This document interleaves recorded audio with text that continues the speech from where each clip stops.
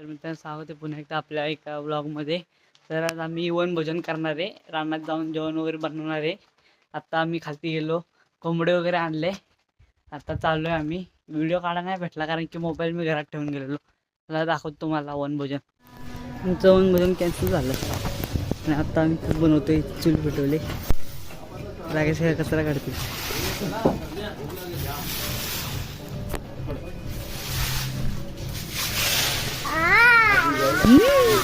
राडवे दादांनी तर बॉक्सच आणलाय बिअरचा. तर मित्रांनो तुम्ही कोंबडा बघू शकता. तर आता चिकन शिजत आहे.